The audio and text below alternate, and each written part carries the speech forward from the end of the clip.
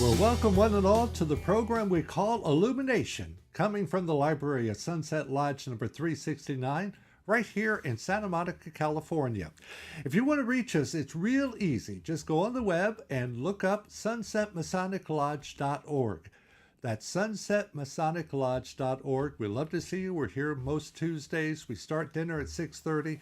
Please come by, whether you're a Mason or not. We'd love to talk to you and get to know you better.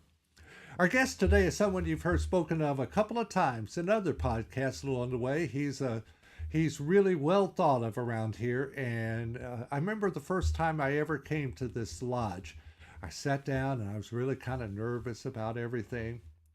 Our guest came by, sat next to me, and told me some of his infamous jokes. And most of them I don't think would be appropriate for our podcast. Everyone, be honest, all right? Maybe not. And such an honor to see him is our current master of our lodge, Brother David Neal. Worshipful, thank you so much for being a part of this. Thank you for having me, brother. You bet. I just lost my... Well, welcome to the crew. I lose mine every so often, too, like that. Now, this is the second time you've served as master of our lodge. Is that correct? Yes, 2010, and now again in 2019. That's awesome. Now, I want to get a little insight into the beginnings of things. What got you interested in becoming a Mason? Well, my dad was a Mason, and he served as master of his lodge in 1960. Can you believe it? A long time ago, he was master of his lodge. I didn't even know what it was. My dad would go off on a particular night of the week or night of the month and would go to Masons. And we said, "What's Masons?" And said, "Just a thing they do." We were little kids, so we didn't ask that much. But he had his regalia. I remember there was a little spot where he kept his apron and his jewel and his various jewels and his Masonic things. And my dad passed away 15 years ago almost. And I still have his tiny little cipher book. Oh, wow. Yeah, and I have his Masonic Bible from way back that he was presented when he became a Master Mason in 1957. Wow. So it's great that we're actually carrying on that tradition here at Sunset as well. And so it seemed to work for him. He was a guy of a lot of integrity and everything. And then I had thought about it time to time. I've had a couple of friends over the years who were Masons. I remember thinking, oh, yeah, my dad was a Mason. And then I ran into Michael, our producer here. Right. And he was from Canada, like me, and he was talking about Masonry and talking about the lodge here at Sunset Lodge and invited me over. I came over, and next thing I know, I was getting my degrees. Next thing I know, I was master. It's fun. It happens just like that. It does, doesn't it? Yeah, it just kind of snowballs one into the other. And next thing I know, I'm master again. Really? Now, your dad never really pushed you into becoming a Mason, did he? Not at all. Wow. So he didn't bring it up to you or so forth? No, not really. He was a Mason. I mean, I seemed like he was pretty active. He served as master, but then I was kind of gone young. I didn't stay living at home. Okay.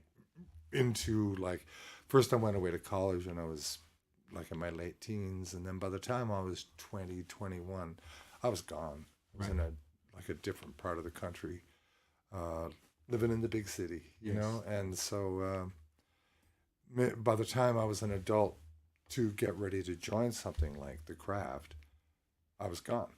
Right. So becoming a musician and all that stuff. So no, he never really probably had that opportunity of having me around to guide me into Masonry. I understand. Now, you came in and you said, what got you to say, this is something I really want to be a part of?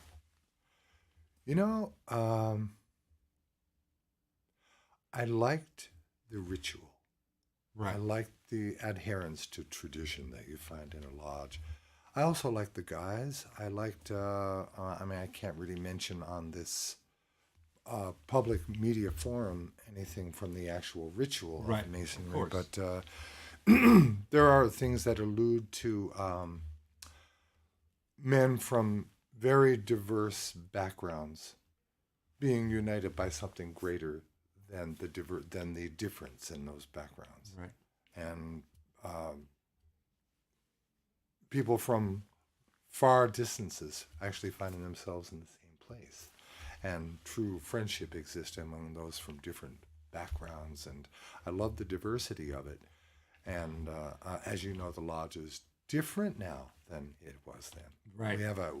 It's great now. I mean, we have a lot of younger brothers who are coming in and bringing like a really great new energy to it. Our lodge is in great shape right now. It's doing great, isn't it? Isn't it? These people are just bringing so much of their own energy into the lodge. I love it. It's just really great. This is a really great growing. It's a vibrant lodge. Vibrant. It's vibrant. Very vibrant and inclusive, as I like to call it. All right, real good. Now, one of the things I love to ask people whenever they're guests are about the degrees they went through. I want to give an idea. Here you are. You went through the first degree. Tell me what that did for you. It was a long time ago. It was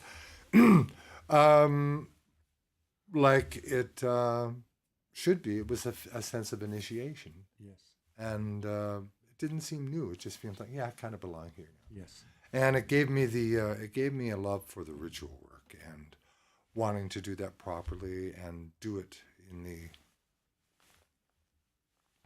long way. Like yes, sure. And Michael actually encouraged me a lot in that. Like Michael was definitely my Masonic mentor when I came in here, and as he is to a lot of the guys in this lodge. Yes, I mean, he is.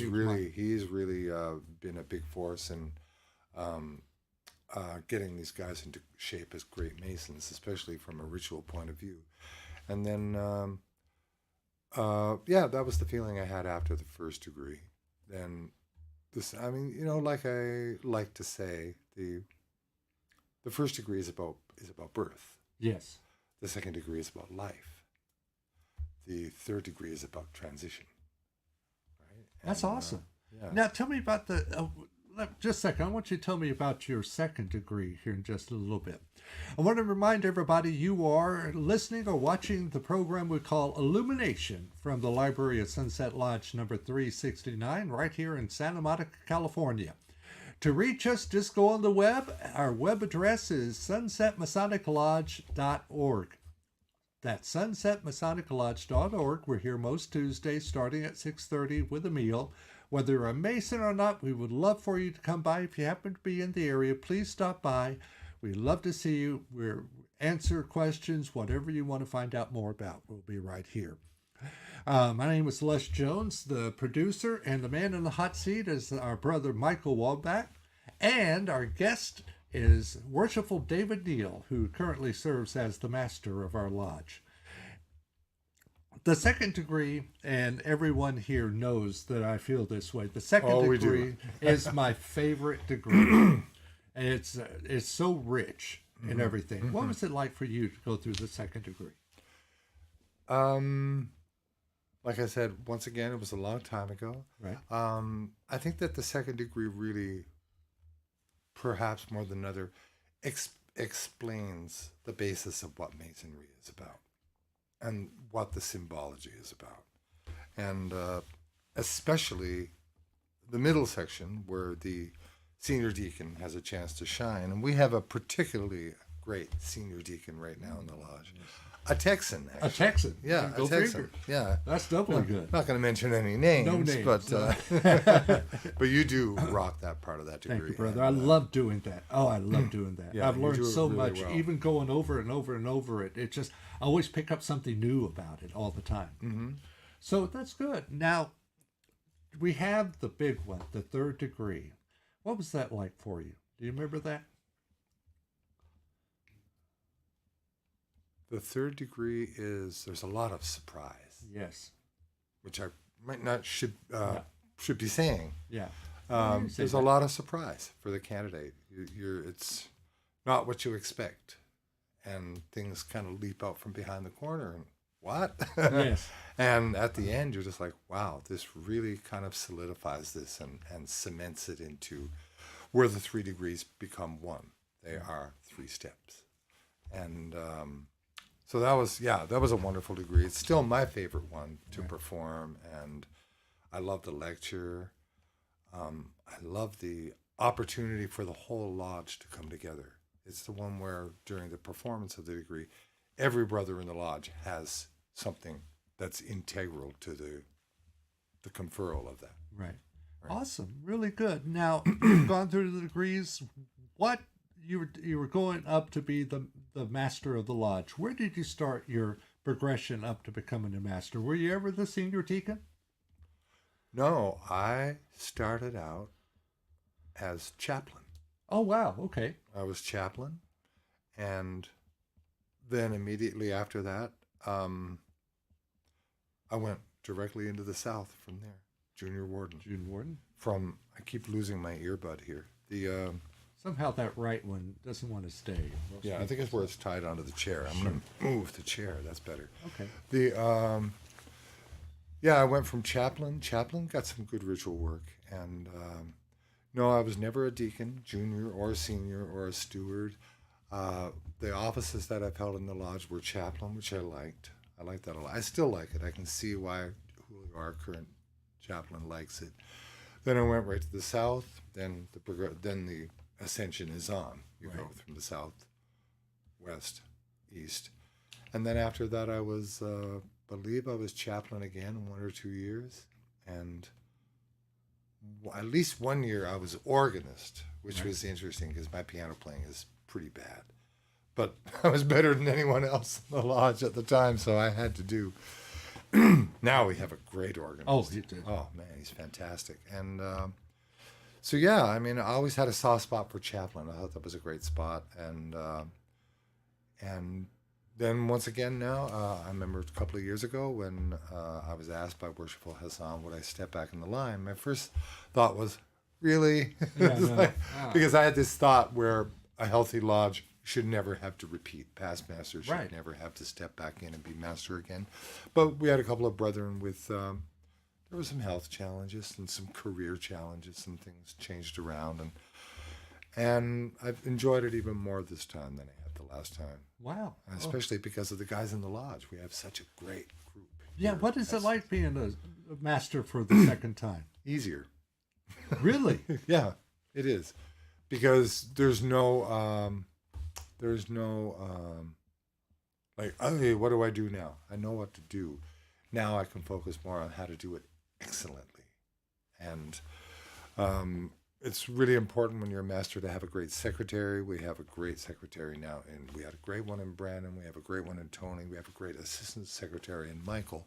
So much of that is handled. And we have brethren who are very willing to participate. I remember making a joke with a couple of past masters that some masters are really good at organizing. I'm really good at delegating. Yes. So get someone else to do it. Yeah, and they do. Yeah, They and what I right love to it. about the people of our lodge right now is we're getting a flux of younger people who really want to be active in our lodge. Yeah. And we are very inclusive in our lodge. And it's just so wonderful seeing people from different parts, different areas, and coming in. It really is the thing I loved about going to college. You know, nothing against my high school group, but people in your high school tend to be within a certain area. Right. Going to college, I was exposed to so many different ideas, so many things, and that's what I love most about going to college. Yeah. And that's what I love about our lodge is we're so diverse, so inclusive with people of different types, nationalities, and you guys even accept Texans. That's amazing. We had to stretch a bit for that one. I know. I mean, we've got Persian brothers, Armenian brothers, Jewish brothers, Muslim brothers. We've had Hindu brothers in here. We even allow Canadians, Maritimers, you're kidding. Newfoundlanders. Wow. I'm not going to name any names. No names, no. We have Italian brothers, lots of Hispanic brothers, African American brothers, and a couple of Texans. Oh, wow. That's awesome. Yeah, we make an exception for the Texans. Yeah, give us a little thing there, okay? That's great. Now, one of the things that I feel very strongly about is that Masonry really develops your spiritual life. Mm-hmm. Go back. What got you interested in spiritual things? I was already interested in spiritual things. I had been going to my spiritual center, the Agape International Spiritual Center, for years. I was around the same time I joined the lodge, maybe just before, I graduated as a licensed spiritual practitioner. Really? There. I didn't know that. And so I was deep in it already. The thing is, people say to me, Masonry is some kind of a religion. It's an alternative religion. It's not a religion at all. It might be a different perspective on religion, but it's not a religion. Because if you grew up Shiite, be a Shiite. Come on, and be a Shiite and be a Mason. Be a Catholic. Be a Mason. Catholic Church doesn't like that too much. Be an Orthodox Jew and be a Mason. You don't have to convert from anything you were before at all. We don't want you to. We don't want you to. Just bring it in. You got a holy book on which to do your obligation. Bring it. Right. You can use that. That's awesome. And nobody's trying to change anyone. An interesting thing, like there's so much complexity associated with Masonry. There's so much misinformation about ritual and stuff like that. Yeah. But we gave a brother a second degree a couple of weeks ago, and after a degree, the brother is always asked to stand up and share his thoughts about the degree with the lodge. And the young man stood up and he said, it was just really great, and it just made me want to not be a dick in front of you guys. Yeah. And he hit on something there that's bigger than he thinks. That's in a world where people act in such a selfish and unconscious way, not being a dick is a thing to strive for. Sure. Do you know what I mean? I know exactly. And he was sort of making a joke, but he was actually quite serious. Like, it's true. It's like conducting oneself with virtue and goodness toward others is a really big component.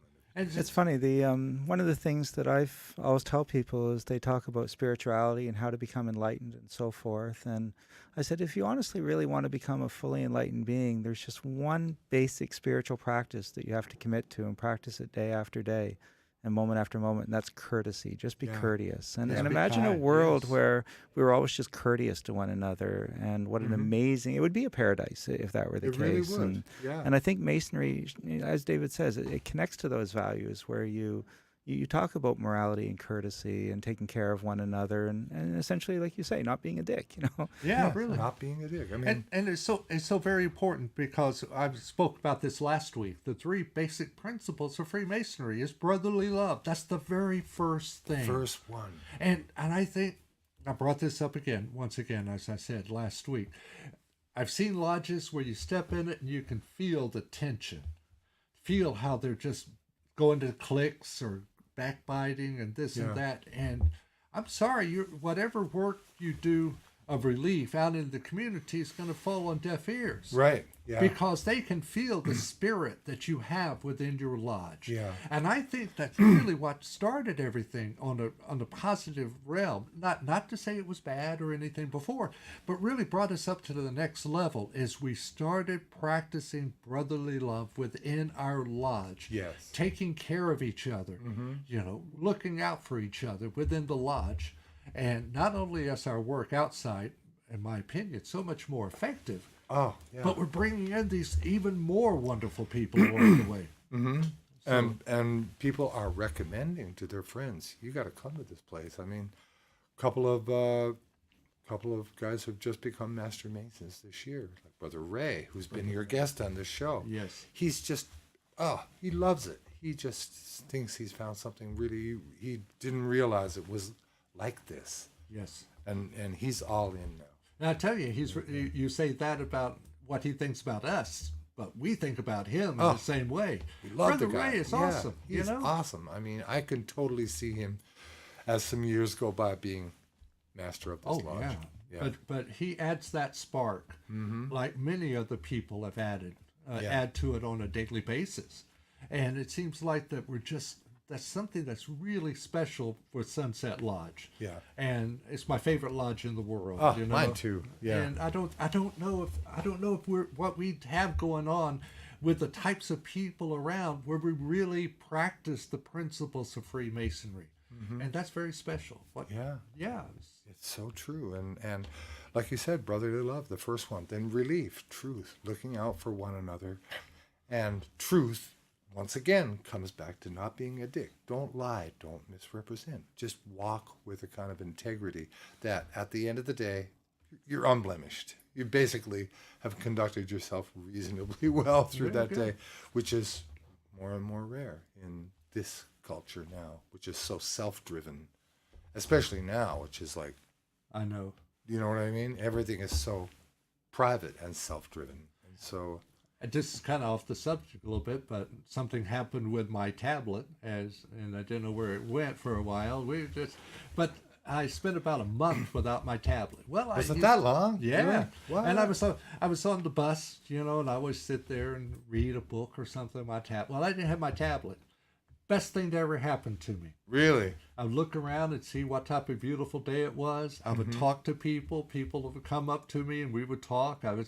Here in Santa Monica, we get a lot of tourists. Oh, we do. So I love to talk to people from different areas. People from England, people from Australia, people from Germany. It's the best thing that ever happened to me. And so that's a lot of what's happened. Now, you're talking about how have you seen the lodge grow? You kind of touched on it a little bit from when you got here first to what we're doing now. Well, I mean, when I got here first, it's so funny. I was talking to Worshipful Constantine the other day. We're like, Who's been We a looked guest at on our show too? yeah, we looked at each other and went, I guess we're the old guys around here now. Do you know what I mean? I 'Cause know, yeah. when I first got here, there were some much older gentlemen, great guys who were here and were really active in the lodge, who we don't really see around very much now, just because of age and some health things and there was a feeling of maybe a little bit of feeling of age hierarchy, where young guys would come in and go like, nobody's really going to listen to me that much, Right. and we don't have that now. No, we don't. We have brothers in their 20s who are just like, yeah, I just actually feel like I have a voice in here too. Like I can make a contribution, and I love that, and it reflects by the number of young members that we have coming in. I know you're only 25, Oh, but 26. 26. That's Okay, right. so we're in the same We're the same age. millennial age group, Yeah. But and it's exciting to see, the passion with which these brothers embrace the degrees It's and amazing. the ritual work, and how excited they are by it, and how they just jump into it, and then they want to be really full-fledged members of the lodge, and they're going to be around a long time, because sadly at our meetings we do have what's called a sacred roll, where Right. we have to read out, the master, me, have to read out the names of brethren who have passed on to the next realm. And have you ever noticed Masons live a long time? They do. These guys are all like 98. I talked to Brother Michael about that. I said, Yeah. what is it that it seems like my dad's in his upper 80s, drives Yeah, around. yeah. I remember your dad. Yeah, he's still active in his lodge. Right? Yeah, very Yeah. active. And so that's awesome. By the way, I want to remind everybody you are listening or watching to the program Illumination. We're coming from the library of Sunset Lodge, number 369 in Santa Monica, California. As always, I'd like to remind you, if you want to get in touch with us, the best way to do it is go on the web and look us up. It's sunsetmasoniclodge.org. That's sunsetmasoniclodge.org. We'd love to hear from you.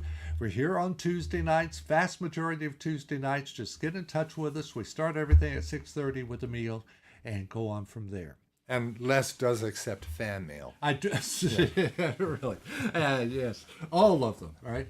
As I get swamped all the time. Hello. But we have people that tune in to us all over the world, and it's wonderful seeing how everything is growing like that. What would you suggest if you had all our new Masons, people who have joined in the last couple of years, right here in the library? What would you tell them? What sage advice from you? And I don't mean that as you one of the old men, so to speak. But what advice would sage you, better. Sage. What would you tell them? It's what you bring. It's what you bring to it. Because there's no magic wand that will be touched upon a man. All of a sudden it becomes this enlightened, wonderful, beneficent man. He has to make that decision himself. And the lodge is what he brings to it, and what the other brothers bring to it together. We receive from it what we give to it. Right. And our lodge is a good example of that. Yes, it because is. we have so many guys who just, this thing. That's all right.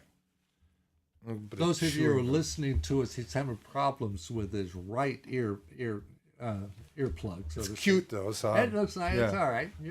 But you're right, and I've seen that in the past. There have been some people coming in who get their degrees, and we never see them anymore. Yeah, and I would say it's not tricks.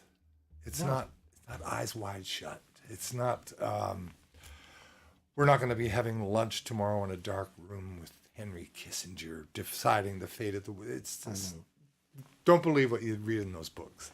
And it's more just about walking with integrity. That's really, it sounds simple, but